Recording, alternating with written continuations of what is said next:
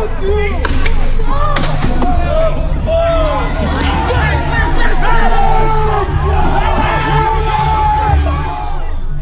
know, if he wins in November, this documentary is going to get us all in the gulag, right? Yeah.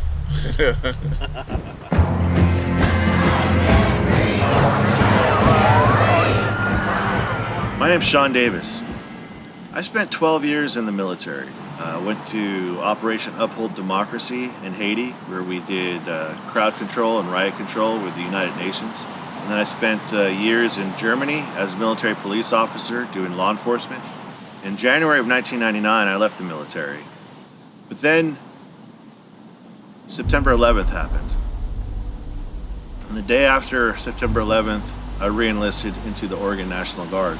Because I was going to college, had student deferments, and it's a long time ago, had student deferments, then ultimately had a medical deferment because of my feet. I had a bone spur. I ended up deploying to Iraq. And on June 13th, 2004, I was critically injured in a vehicle-borne IED ambush.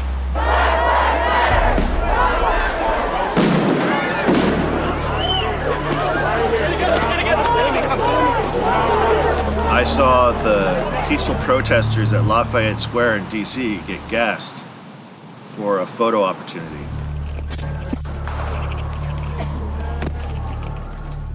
My name is Kevin Panel. I was in the Army in Iraq June 13th, 2004. I got hit by 2 grenades during a close ambush and resulted in the loss of my legs, one above the knee and the right side below the knee. He's not a war hero. He's a war hero. He's a war hero. 5.5 years. He's a war hero because he was captured. I like people that weren't captured, okay? I hate to tell you. I've always held on to a hard belief that everyone's voice deserves to be heard, including and especially so those that I don't agree with, because that's how you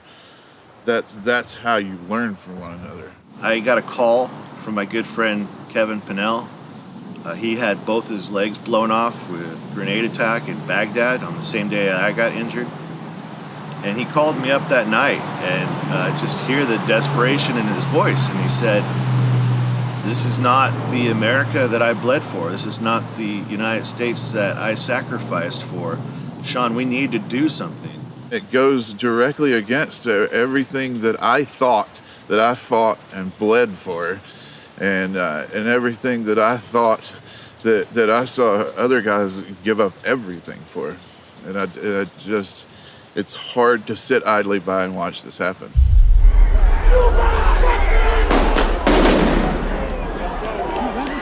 He wanted to go to Washington, D.C. and confront the president. He wanted to chain himself to the White House fence until he had an audience. And I think that this administration, more than any other that we have ever seen, is just a wedge. Just not just politically, because I think it goes beyond politics now. It's just a divisive wedge in the country, and I don't like to see it. There are rules that are set in place, and we have to follow those rules. And people are allowed to peaceably assemble and voice their concerns, whether you like those concerns or not. And to see more liberties getting taken executively by this administration than I think we've ever seen before is terrifying, frankly. Portland is fighting a big part of a revolution that everyone should be a part of. Preserve, protect, and defend. Preserve, protect, and defend The Constitution of the United States. the Constitution of the United States. Trump was elected in 2016. That set a lot off in Portland, and there were protests going into 2017. That's when you got Proud Boys, Patriot Prayer, Joey Gibson involved, and they were coming downtown just riling everybody up.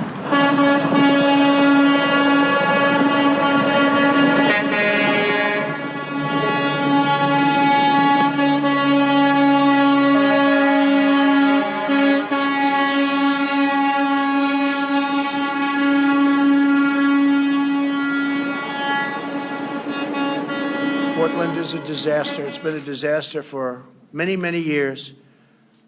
Brave federal law enforcement officers single-handedly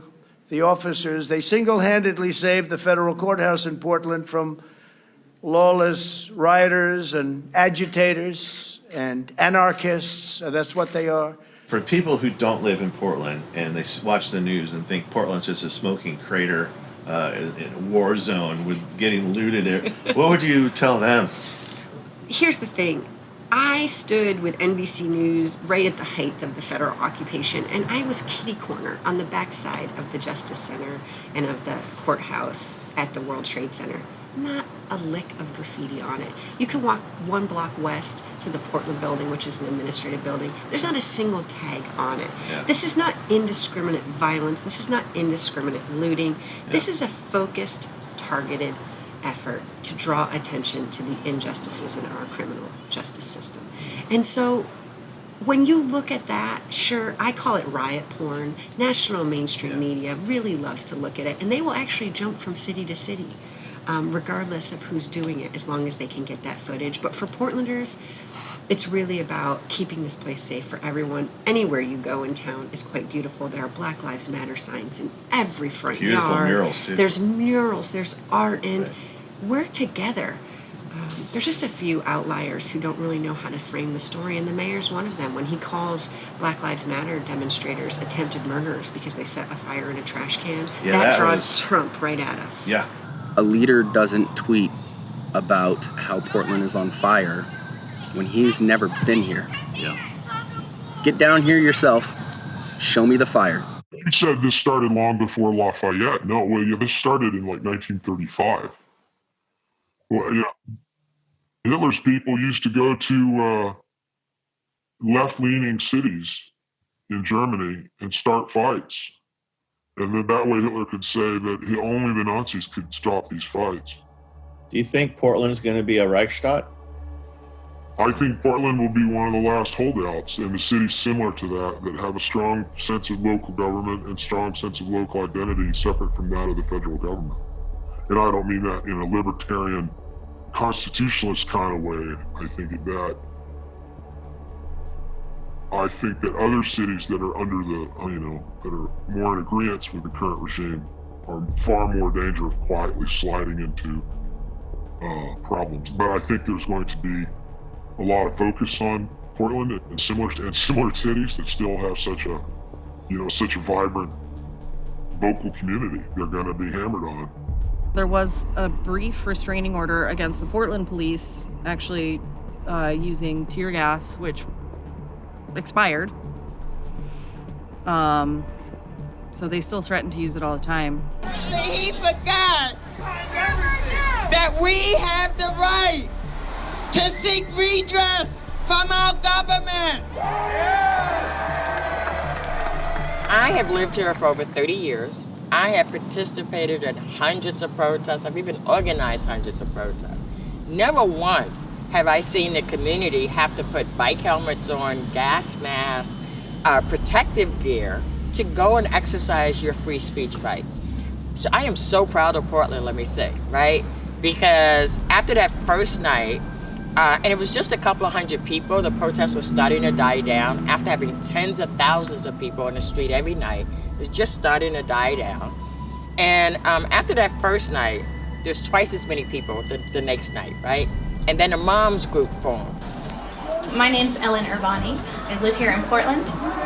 I think I am a perfect example of one of those people who became rather complacent in my citizenship. I was never in danger. I was never threatened by my government, and I think I forgot that one of our jobs is to make sure that everyone feels that way, not just that I feel that way. Back at it, Justice Center, Portland. I'm Eric Greatwood. I served in the Air Force for 6 years, from 2009 to 2015. I started filming the Black Lives Matter protests because I felt that there was an angle and a perception that was not being seen. Seems to be a fairly large crowd here tonight once again. I have word that there are many more moms and dads down here tonight. My goal is when I went down there that I was going to post up in between the fencing that had been set up in front of the Justice Center downtown Portland, Oregon. And I filmed down the line of the fence because I didn't know who was the instigator and who was the aggressor. Being there in person for these protests, it totally changed my perspective completely on what I thought was actually happening. Still to this day, I think that the streaming footage doesn't do the protest justice, and it still will lead to somewhat of some misinformation. But at the end of the day, with cameras, we do have a larger element of truth on the side of the people of the United States. My name is Mike Hasty. I'm from Portland, Oregon. I spent a year in Vietnam as an Army medic. I'm a photojournalist. I've been doing photojournalism for probably over 40 years. So that's why this Vietnam veteran, combat medic, who took injured and dead soldiers off the helicopters, this is why I did that. I knew that the police were capable of doing anything, especially the feds that were there. Sir, are you all right? Boy, that was a direct spray. Woo! My will to bear witness was that I needed to tell the police officers why I was there. You know, I wanted to tell the the feds why I was there, because I took an oath to defend my country. They took an oath to defend their country. Boy, he got me right in the fucking eye. Oh, fuck. You guys have anything? There's no medics out here. First, it was the feds that attacked peaceful protesters, and then Portland police joined in, right? I said to Chief Lavelle, what do you think would have happened if Portland police had actually protected and served Portlanders when the feds showed up with their militia crew to just absolutely brutalize community members? We were cops in Iraq. We had the same mob mentality, like it was us versus them. I understand where they come from, just like I understand like with the feds. Like I get it. This is where their headspace is. This is what they do, and it's probably fun to go play riot police, to be honest with you. I would have thought so back in the day, The way that we're being treated as Portland residents, where we have cops marching in riot gear, and that is out of the gate. There's no such thing as a street cop in Portland anymore. They're all in riot gear. No, the bike cops are still in bike cop gear. Well, that's nice. I'd asked how you felt as a city commissioner when the federal government sent these nameless and not identified troops in. I was absolutely appalled when I realized that 45 had sent in non-accountable troops, right? I called our congressional representatives, I called Governor Brown. I'm saying, like, what can you do? Who's in charge of these people, right? How do you get these people out? And everybody kept telling me, there's nothing we can do. We had our people go in. They stopped any intrusion into the courthouse, and the courthouse was saved, and other federal buildings were saved. And we would like to be asked by the mayor and the governor. We will go in and stop the problems in Portland in 24 hours, just like we did in Minneapolis after they really hurt that city. It must have been frustrating that there's no chain of command for them. So, None. I mean, who do you talk to? And that was the anybody. problem. The U.S. attorney, they didn't report to him. They did not report to the governor. They did not report to any of our elected leaders here in Oregon. In fact, the first time Acting Secretary Wolf showed up, only people he met with was Portland Police Association. He didn't even meet with the federal... Nope. Posse Comitatus, of which I'm sure you're aware. Yeah, it's a constitutional law that keeps the government from turning their army on their own citizens. Yeah, exactly. Posse Comitatus means that the U.S. military can only conduct offensive operations against invaders, against a foreign force, if it were to invade the United States. Other than that, they cannot use offensive force inside the United States. During hurricanes in Katrina and in Louisiana 2005, Katrina and Rita, it became quite an issue where the National Guard was there, and the National Guard could run around with guns and support the governor. The 101st Airborne showed up, or 82nd Airborne showed up, and they're an active duty unit, and they had to give up all their ammunition because they weren't allowed to run around with loaded weapons. When you look at the federal occupation of Portland, if that's what you're calling it, Yeah. our mayor paved the way for that by allowing the Portland police to brutalize people who were in the streets against bigotry and hate for years. I mean, every time the Proud Boys or Patriot Prayer come to town, they stand with their backs to the white nationalists, facing the community organizations that are there to protect our communities of color, our LGBTQ neighbors, our immigrant and refugee neighbors, constantly facing as if the people who oppose hate are the enemy.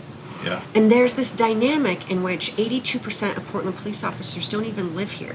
Right. So I don't think they consider people like me their neighbor. They see it as a battle zone, It's not a their battle community. zone, and it's oppositional. Blaming like the feds and the police in a general compartmentalized way is kind of like blaming the vets as they came back from Vietnam. You know, it's unfortunate and unacceptable that blatant violations have been allowed to go on for so long that the whole system can be looked at as corrupted now. In this democracy, the commander-in-chief does not use the men and women of our military who are willing to risk everything to protect our nation as political props to deploy against peaceful protesters on our own soil. The first day that those, and I call them militia, I was actually calling them federal goons for a while, but I realized that they in fact were not military, they in fact were not law enforcement personnel. Every deployment that you have in the military, you have what's called rules of engagement, ROE. It tells you what equipment you're going to use, what your mission is going to be, and how you can react to the people that are there. And every ROE I've ever had, you cannot use physical force, especially deadly force, unless somebody's life is threatened. I see real munitions being fired at everyday people. They're actually gassing people. And they're doing it, there's no warnings, there's no riot declared, there's nothing. They're just opening fire on people. We got pretty well gassed down there tonight. And we got shot with pepper bullets. Watching them use gas and flashbangs on protesters and throwing them down and using batons on them. If I were to have acted in that way when I was in war, I would have been brought up on war crimes. But they're doing it on national television to U.S. citizens. What happens when these people are not trained on this and they're given the weapons and they're just like, go, do the mission? It could be argued that what happens is accidental, but we're making the assumption that that individual didn't know what they were doing. You were out there. Yeah. Those guys had hate in their eyes. How often were those things going off by someone's heads? You get something like Donovan Novella. Hey, kick that shit! Fuck you! This is the guy who was holding a speaker over his head. Yes. He got shot in the head from maybe, 30 meters away?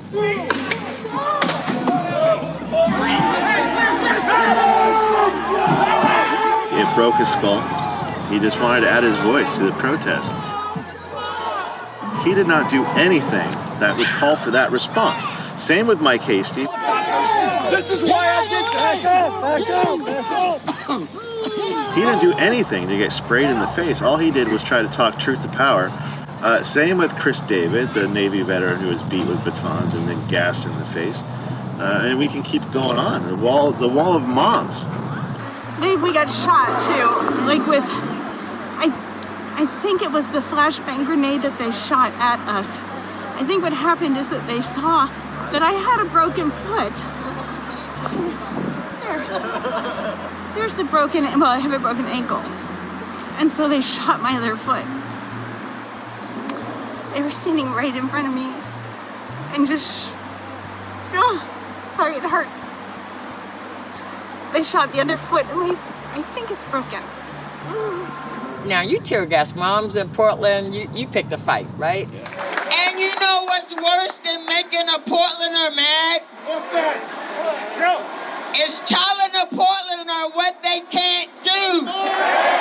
But let me just say that I think 45's intent was to intimidate, was to silence protesters, right? And if he was successful here, he had a game plan of rolling this out all over the country. And even today, he's talking about having a National Guard show up at Election Day. I mean, that's illegal, A, and B, for what? If you're not trying to intimidate people, right?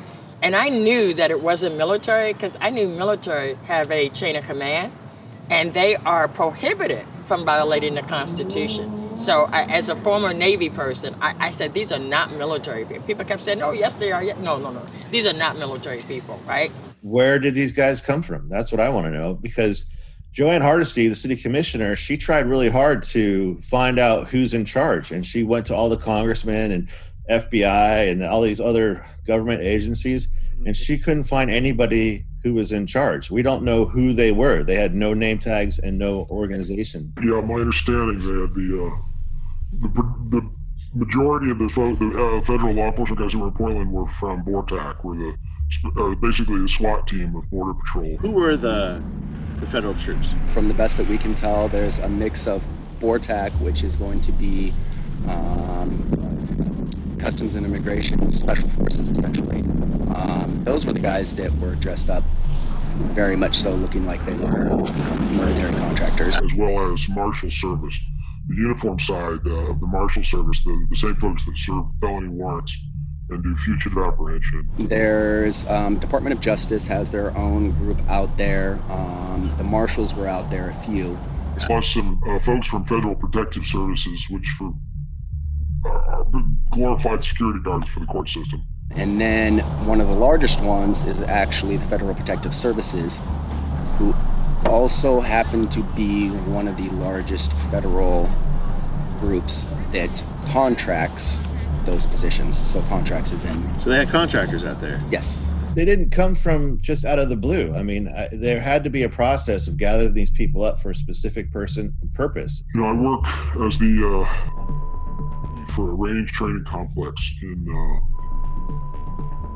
it's National Guard range complex. It's a great place to teach people how to shoot.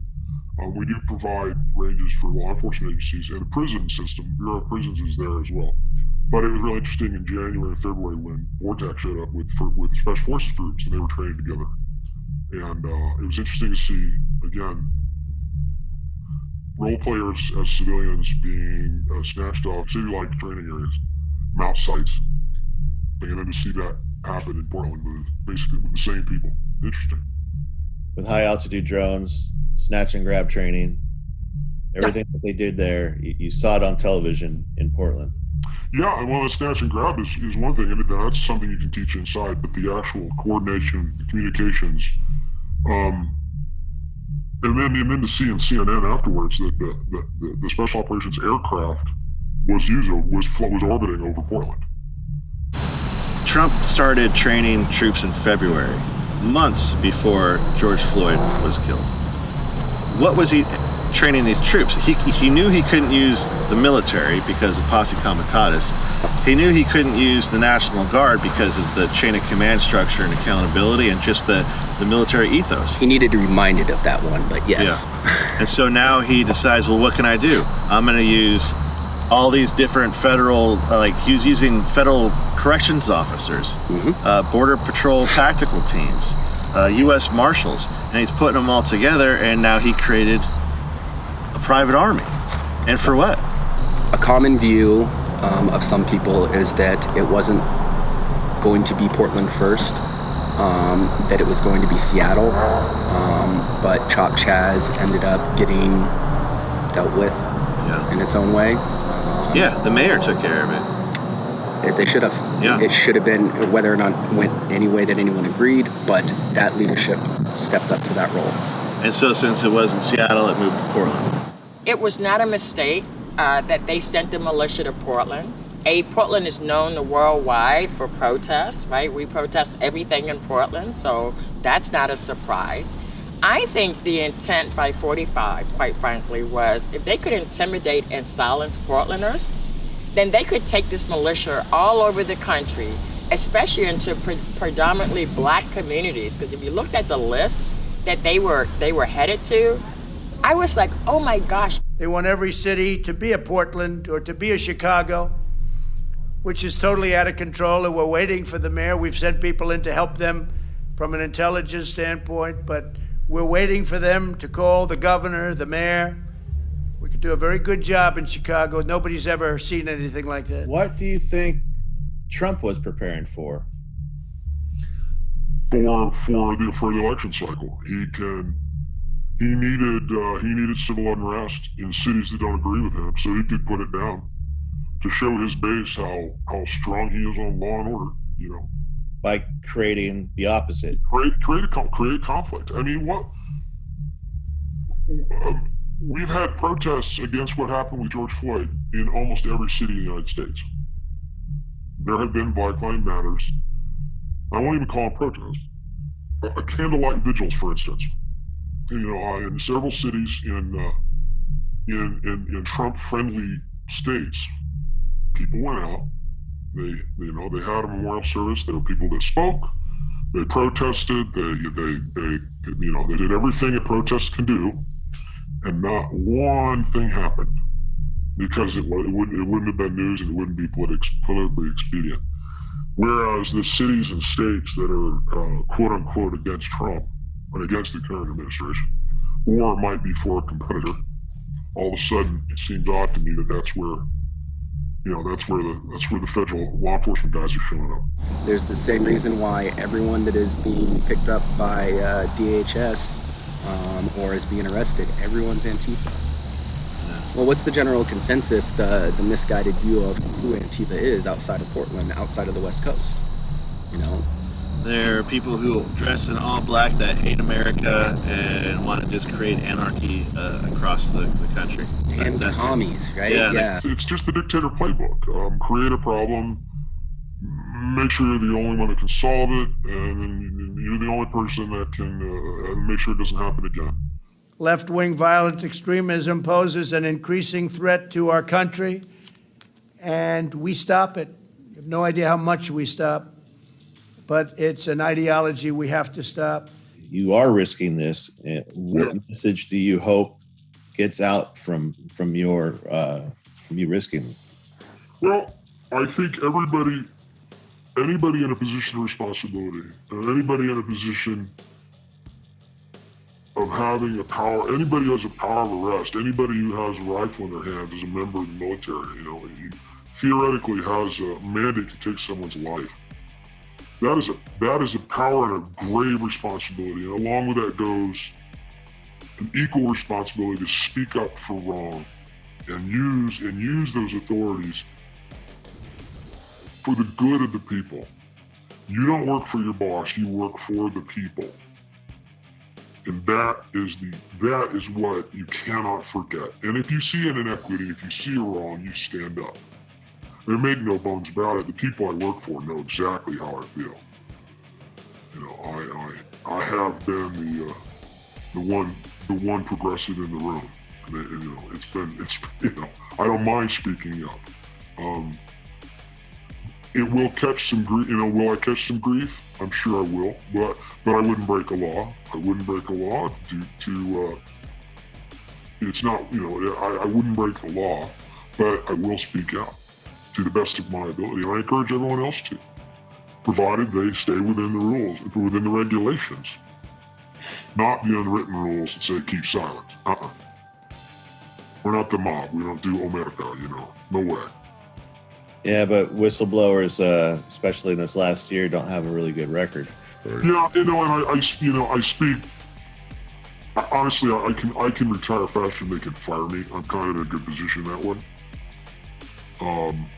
I've done everything I want to do in my career. I'm not afraid. I'm incredibly proud of my career. And if it ended today, great.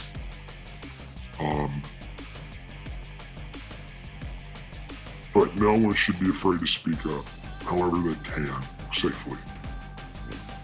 And it goes back to, don't follow an illegal order. Do not follow an illegal order.